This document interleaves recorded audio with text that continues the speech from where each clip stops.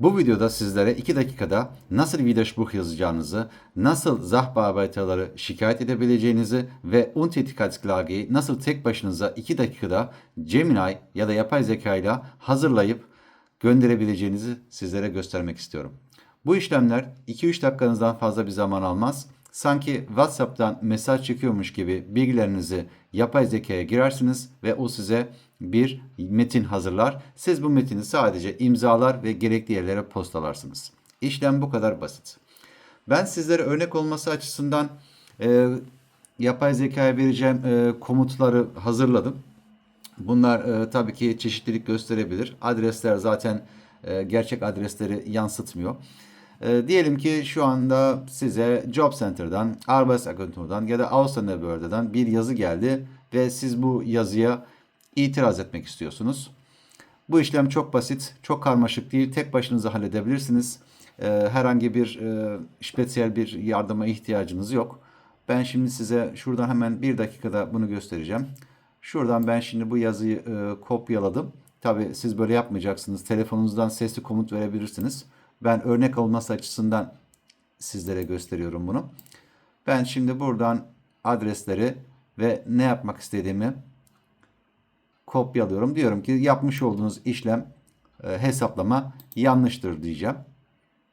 Evet, bunu buradan kopyaladım. İndiriyoruz. Yapay zeka şu anda benim önümde bilgisayarda. Dediğim gibi bu telefondan daha kolay. Ben size göstermek açısından laptop'tan yapıyorum. Şimdi ben sanki mesaj çekermiş gibi yapay zekaya komutu vereceğim.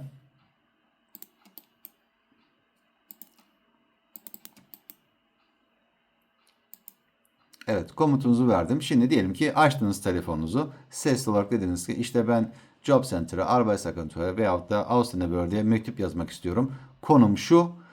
Widerspruch yapmak istiyorum. Sebebi de hatalı hesap yapmışlar. Hemen Enter'a basıyorum. Gemini yapay zekası bana hemen mektubu hazırladı. Tarihi bugün olarak attı. Konuyu verdi. Ne için Widerspruch olduğunu yazdı. Sebeplerini belirtti. Sadece imzaya gelinceye kadar mektubu önüme getirdi. Ben hemen ona komut olarak bunu PDF detay yapmasını istiyorum. Bunu Druka'dan çıkartıp gönderebilmek için. Eğer Druka'nız yoksa bunu yazıya bakarak elle de yazabilirsiniz. Mecbur değilsiniz Druka'dan çıkartmaya. İşlem birkaç saniye sürecek. Evet, önümüze geldi. Mektubu açıyoruz. Kontrol ediyoruz. Görmüş olduğunuz gibi yazımız hazırlandı. Sebepler açıklandı. Sadece bir imzaya kaldı. İmzayı atıp ve bunu iade taahhüt olarak gönderdiğiniz zaman Widerspruch işi bitmiş oluyor. Siz hiçbir şey yazmak zorunda değilsiniz. Yapay zeka sizin için bu mektubu halletti. İade taahhütü gönderirseniz tabii sizin için daha iyi olur. Almadık diyemezler. İşlemleriniz bu şekilde devam eder. Bir diğer konu, diyelim ki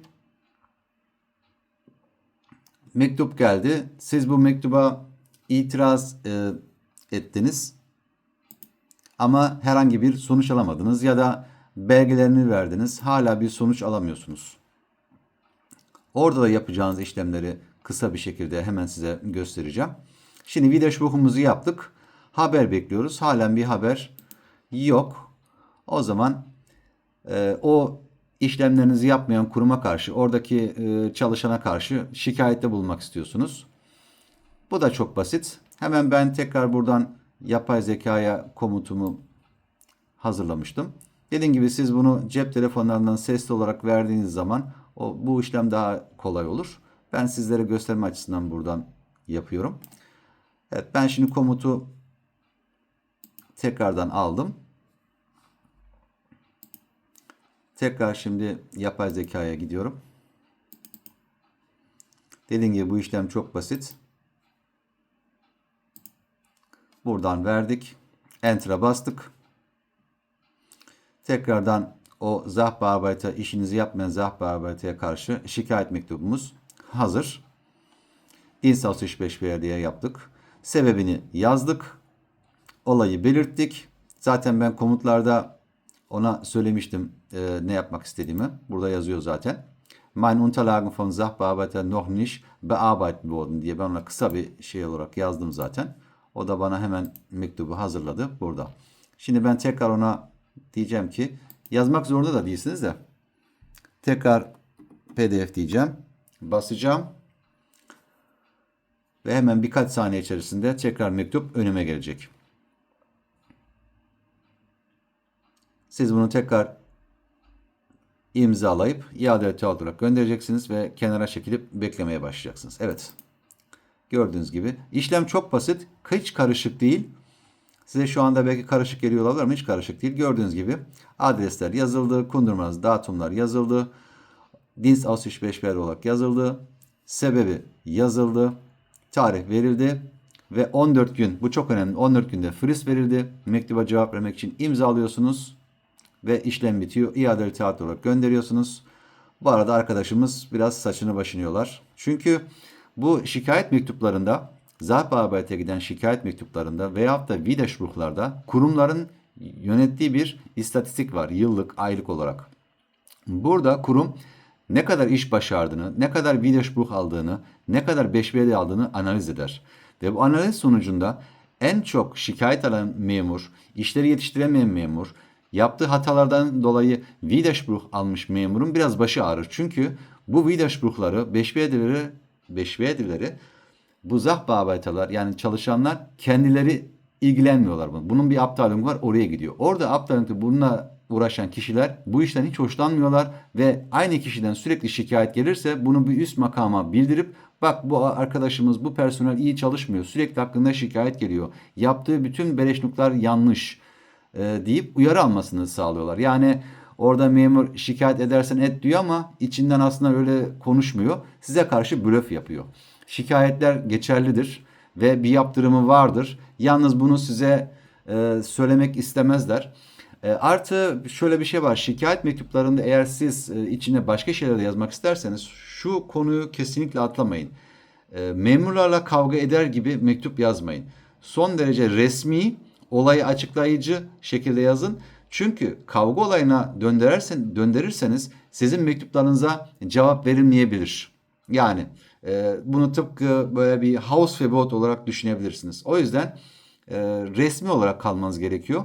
Beamtelerin, Angestellte'lerin Behörde'de bölgeyle kavga etmeleri yasaktır. Yani siz onunla kavga etseniz bile yazılı olarak diyorum biraz fazla sert davransanız da o size aynı sertlikte mektup yazamaz. Çünkü Behördeler nötral yani tarafsız kalmak zorundalardır. Bunu da belirtmek istiyorum. Şimdi diyelim ki Widerspruch yaptınız. Bir cevap alamadınız. Beschwerde yaptınız. Bir cevap da alamadınız. Beschwerdelerin bir üst makamı vardır. Fachdienstaufsichtsbeschwerde. Onu başka bir videomda sizlere gösterebilirim. Şu anda o biraz karmaşık bir konu. Bu işlemlerden sonuç alamazsanız 3 ay içerisinde adına Untätigkeitsklage yani arkadaşım benim işimi niye yapmıyorsun davası vardır. Bunu açmak da çok kolaydır. Tek başınıza yazacağınız bir mektupla davanız açılır. Sosyal mahkemede bunun herhangi bir ücreti yoktur. Avukat mecburiyeti yoktur. Yani sadece yapmanız gereken o kurumla yapmış olduğunuz ilk yazışma, sonraki yazışma ve vermiş olduğunuz Widerspruch'taki Frist'in olan yazıyı dosyalayıp mahkemeye sunduğunuz zaman hakim onu açıp bakar. Der ki bu olay nerede başlamış, nasıl başlamış, nereye gelmiş ve üzerinden ne kadar geçmiş. Eğer bu olayın üzerinden 3 ay geçtiyse ve karşı kurum mantıklı bir cevap veremiyorsa hakim sanki bir avukat gibi, yalnız avukat gibi size tüyolar vermez. Avukat gibi kuruma yazar der ki bu işlemi geciktirmenizin sebebi nedir? Neden bu işlemleri hala bitiremediniz? Diye bir yazı yazar ve bu işlemlerin bir an önce bitirmesi konusunda onlara bir frist verir. Ne kadar? 2 hafta, 4 hafta. Bu değişkenlik gösterebilir. Artı bir diğer konu kurumların işte personelimiz yok, personelimiz hasta, veyahut da çok yığılma var gibi bahanelere sığınma olayı o kadar da kolay değildir. Veyahut da ikide bir de sizden yeni belgeler istemesi, bu da süreyi uzatmaz. İstenilen belgelerin önemi burada önemli olur. Nedir? Siz belgeleri, çok önemli belgeleri eksik vermişsinizdir. Kurum sizden bunu talep ediyordur ve siz bunu vermiyorsunuzdur ya da yanlış veriyorsunuzdur. Yani kurumun istediği 10 tane belge vardır. Siz 8'ini vermişsinizdir. Ama önemli olan 2 belge vardır. Hala ellerine geçmemiştir. Bundan dolayı işleriniz eğer aksıyorsa bu sizin suçunuzdur. Ama kurum ikide bir de şunu da getir, bunu da getir diyemez. Bunu en baştan söylemesi gerekir. Veyahut da işlemler başladıktan makul bir süre içerisinde tekrar bir kağıt isteyebilir. 2 hafta, 3 hafta, hadi olsun 4 hafta. Ama tam böyle 3 ay dolacak zamanda tekrardan sizden bir belge istemesi, bu sadece bir adını Almanların tricks dediği, yani bir uyanıklık diyelim durumudur. Mahkeme bunu da kabul etmez. Mahkeme der ki peki sen bu kağıdı 3 ay öncesinden neden istemedin? Neden işi yavaşlattın gibi soru sorar. Bu da onların hakkında pek hayırlı olmaz. Diyeceksiniz ki Untätigkeit eğer bedavaysa bunun yaptırımı nedir? Size bedava. Karşı tarafa bedava değil. Burada bir iş yükü var. Burada o Abteilung, yani rest Abteilung'un uğraştığı, harcadığı bir zaman var. Yani bu kuruma ekstra bir yük, külfiyet ve sizin yapmış olduğunuz harcamalar varsa bunu tahsil etme açınızdan olduğu için kuruma bir zararı var. Size hiçbir zarar yok. Siz sadece belgeleri toparlayıp yazıyı yazıp gönderiyorsunuz. İşiniz bitiyor. Ondan sonra oturup bekliyorsunuz. Zaten kurum sizin işinizi bitirmiyor. Zaten o Sachbearbeiter sizin işinizi yapmıyor. Bu size karşı verilmiş çok büyük bir haktır. Bu silahları, bu hakları kullanmanız gerekir ki kurum harekete geçsin. Şunu kesinlikle düşünmeyin. İşte ben bunu yaparsam bir daha o Sachbearbeiter benim işimi bitirmez. Ya da kurum benden gıcık alır. Arkadaşlar, bu tamamen her insanın düşündüğü için yapmadığı için de oradaki çalışanların çok rahat tavırlar sergilediği duruma dönüşüyor. Yani oradaki adam diyor ki ya ben işte bunun işini şöyle yaparım, böyle yaparım, bu bana bir şey yapamaz gibi düşünüyor. Siz dişinizi gösterdiğiniz zaman durumlar değişir. Der ki ya bu adam biraz tehlikeli galiba, benim başımı ağrıtacak. Dur ben şunun işini yapayım. Ha, diyelim ki takmadı, bunu da yapmadı. Yapacak bir şey yok. Zaten yapmıyor, zaten yapmıyor. Sen de açarsın davasını, gerisini kendisi düşünür. Şurada bir konu daha var. Siz dava açtığınız için, bu mektupları yazdığınız için haklı duruma düşmüyorsunuz. Belki de haksız olan sizsiniz. Ya da bunları yaptığınız halde hala işlemleriniz yürümüyor. O zaman tabii ki bir avukata gidip avukata Auftrag vermeniz gerekiyor. Bu arada hemen belirtiyorum, ben avukat değilim. Herhangi bir avukatlık bürosunda da çalışmıyorum. Sadece bilgilendirme amaçlı tecrübelerimi paylaşıyorum buradan. Kanalımı beğenip abone olursanız ve bir de beğeni atarsanız diğer videolarımdan da haberdar olursunuz. Böyle içerikleri çekmeye devam edeceğim. Behörde konusu olsun, Krankaslar olsun, Pflege olsun, EM-Rente olsun, başka değişik konular olsun. Sizlere gitmeniz gereken yolları gösteriyorum. Pratik, kolay, kendi başınıza aşabileceğiniz, kimsenin yardımına ihtiyacınız olmayan içerikler üretmeye çalışıyorum. Zaten kendim de bu işleri çok iyi yaptığım için veyahut da çok defalarca yaptığım için, sistemin nasıl çalıştığını bildiğim için sizlerle bir tecrübelerimi paylaşmak istiyorum burada. Yoksa herhangi bir avukatlık bürosunda çalışıyor veyahut da bu işin eğitimini almış bir kişi değilim. Ama işlemler 3 aşağı 5 yukarı bu şekilde devam eder. Yani çok fazla karmaşık bir konu değil. Sadece ben burada sizlere göstermek istediğim, bu mektupların hazırlanmasının çok kolay olduğunu, kimseye ihtiyacınızın olmadığını, böyle bir haklarınızın olduğunu, ki zaten çoğu insan bu haklarından haberdar. Herkes biliyor ama kimse yazmaya üşeniyor, yazamıyor, ne yapacağını bilemiyor. Artık çok kolay rahatlıklar var bu yapay zeka konusunda. Sanki arkadaşınıza mesaj çekermiş gibi komutları veriyorsunuz. Yalnız komutları direkt vermeniz gerekiyor. Çok dolambaçlı değil.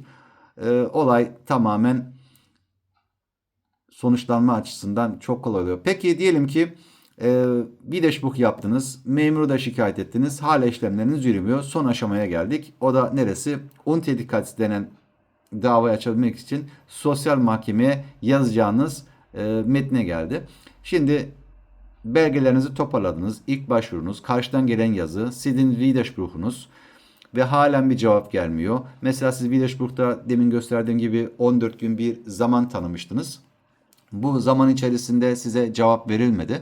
Siz de artık 3 ay onların ellerine mektup geçtikten sonra 3 ay sonra Untätigkeitsklage, arkadaşım benim işimi neden yapmıyorsun? Tam böyle Türkçe'ye çevirirsek yapmıyorsun davasını hazırlamak için mahkemeye sunmanız gereken bir yazı var. Artı bu yazıyı siz mahkeme binasına kendi başınıza gidip oradaki çalışanlara da yazdırabilirsiniz. Veyahut da orada bir form var. O formu da doldurabilirsiniz. Oradakilerin zaten görevi bu. Oradakiler bu işi yapmamak için size şu anda işimiz çok, termin almanız lazım gibi geçiştirme konularına girebilir. Öyle bir şey yok. Hadi büyük şehirlerde belki bir hafta sonrasına randevu ala ya da randevu verme olayları olabilir. Küçük yerlerde bu pek olmaz. Yani oradaki memurun da sizi safsaklamasına izin vermeyin. Bu onun mecburi yapması gereken bir iş. Yani bu davayı açmak öyle çok böyle çetrefelli uzun bir şey değil. Çok basit. Bir yazıya, bir mektuba bakar veyahut da oradaki mahkeme binasında çalışan Sachbearbeiter'ın yapması gereken bir görevdir. Ama siz tabii kendiniz bunu evde hazırlayabilirsiniz. Daha kolay olur. Postalarsınız. Size zaten 1-2 hafta içerisinde bir cevap gelir. Şimdi ben örneği burada tekrar kendime hazırlamıştım. Nasıl yapmanız gerektiği konusunda komutu. Evet, buraya şimdi olayı ben yazdım. İşte 3 ay geçtiğini, halen bir cevap alamadığımı, belgeleri koydum. Zaten bu 3-4 tane yazıyı geçmez. Çok fazla bir şey koymanıza gerek yok. Sadece dediğim gibi başlangıç, ortası ve son bitişi vereceksiniz hakime. Hepsi o kadar. Ben şimdi bu yazıyı kopyaladım. Hemen tekrar şimdi yapay zekaya tekrar geçeceğim buradan. Komutu ona yapıştıracağım. Dediğim gibi sanki arkadaşınıza WhatsApp'tan mesaj çekiyormuş gibi adresiniz, bilgileriniz, tarih, olayı anlatan ufak bir açıklama yazdım zaten ben burada. Yani işlem o kadar sandığınız kadar zor değil.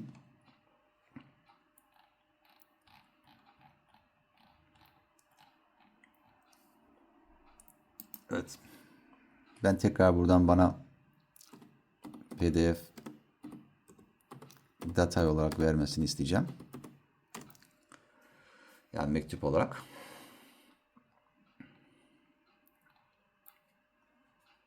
Hemen önüme çıkarttı. Mahkemeye sunacağım yazıyı. Hı hı.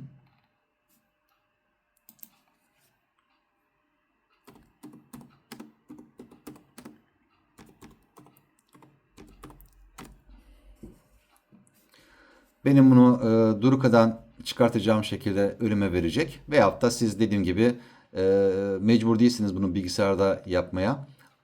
Elinizle de yazabilirsiniz. Önemli olan nereye gittiği, dağıtımı, konu ve imza.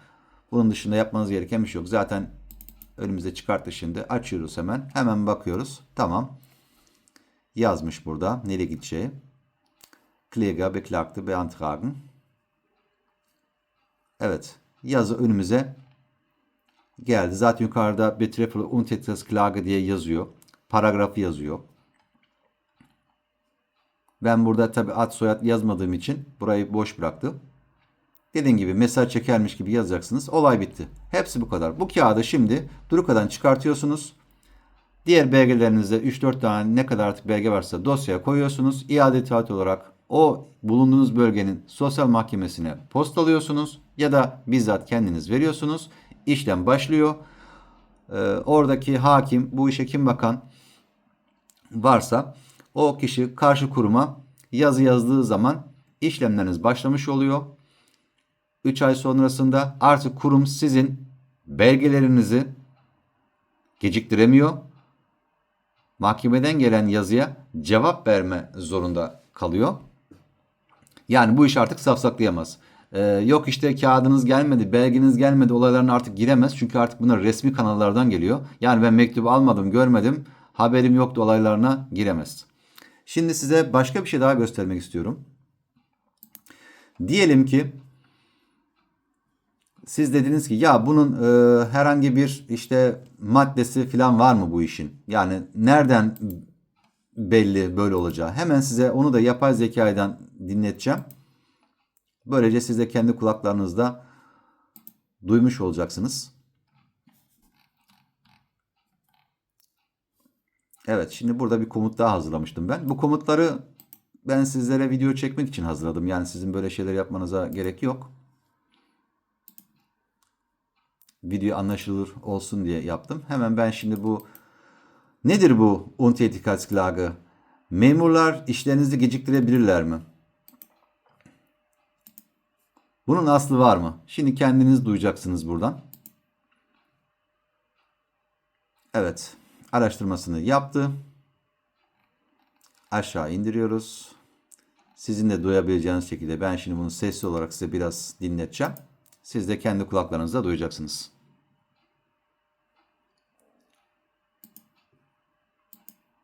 Almanya'da kurumların yavaşlığına karşı haklarını araman için bilmen gereken yasal detaylar şunlardır.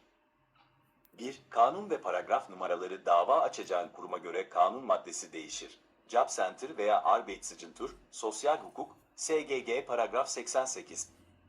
Ausländerbehörde, İdari Hukuk, BUGO paragraf 75. 2. Dava açma süresi hareketsizlik davası, Untätigkeitskich açabilmek için beklemen gereken yasal süreler, itiraz, Widerspruch için, itiraz dilekçeni verdikten sonra tam 3 ay beklemelisin. İlk başvuru, Antrag için, bir başvuru yaptıysan ve henüz cevap gelmediyse 6 ay beklemelisin. 3. Personel yetersizliği bahanesi hayır, süreyi uzatmaz. Mahkemelerin yerleşik kararlarına göre personel azlığı, hastalık izinleri veya aşırı iş yükü yeterli sebep, Zureichender Grund olarak kabul edilmez. Kurum, işleyişini yasal sürelere uymak üzere organize etmek zorundadır. 4. Sürekli belge istenmesi süreyi uzatır mı? Bu durum kurumun oyalama taktiği olup olmadığına göre değişir. Gerçekten eksik belge varsa, eğer belge karar vermek için elzemse, kurum bunu isteyebilir ve süreç teknik olarak uzayabilir. Keyfi veya mükerrer, zaten verilen belgeler, eğer kurum sadece vakit kazanmak için zaten dosyada olan veya gereksiz belgeleri istiyorsa, bu 3 aylık süreyi durdurmaz. Büyüktür tavsiye, kurum her belge istediğinde, belgeleri gönderirken, bu belgelerin daha önce sunulduğunu, gereksiz olduğunu düşündüğümü ancak süreci hızlandırmak için tekrar gönderdiğimi, 3 aylık yasal sürenin dolmasıyla dava hakkımı saklı tuttuğumu belirten bir not ekle. Evet arkadaşlar, siz de duydunuz. Yapay zekanın vermiş olduğu kısa bilgi. Bu bilgiye her yerde ulaşabilirsiniz. İnternette var zaten. Zaten çoğu insan da bunu biliyor ama sadece işleyiş tarzını bilmiyor. Ya da uygulamak için üşeniyor. Böyle olunca da insanların işleri gecikiyor. Oradaki Sachbearbeiter, Behörde bahaneler üretip işlemlerinizi bir türlü bitmiyor.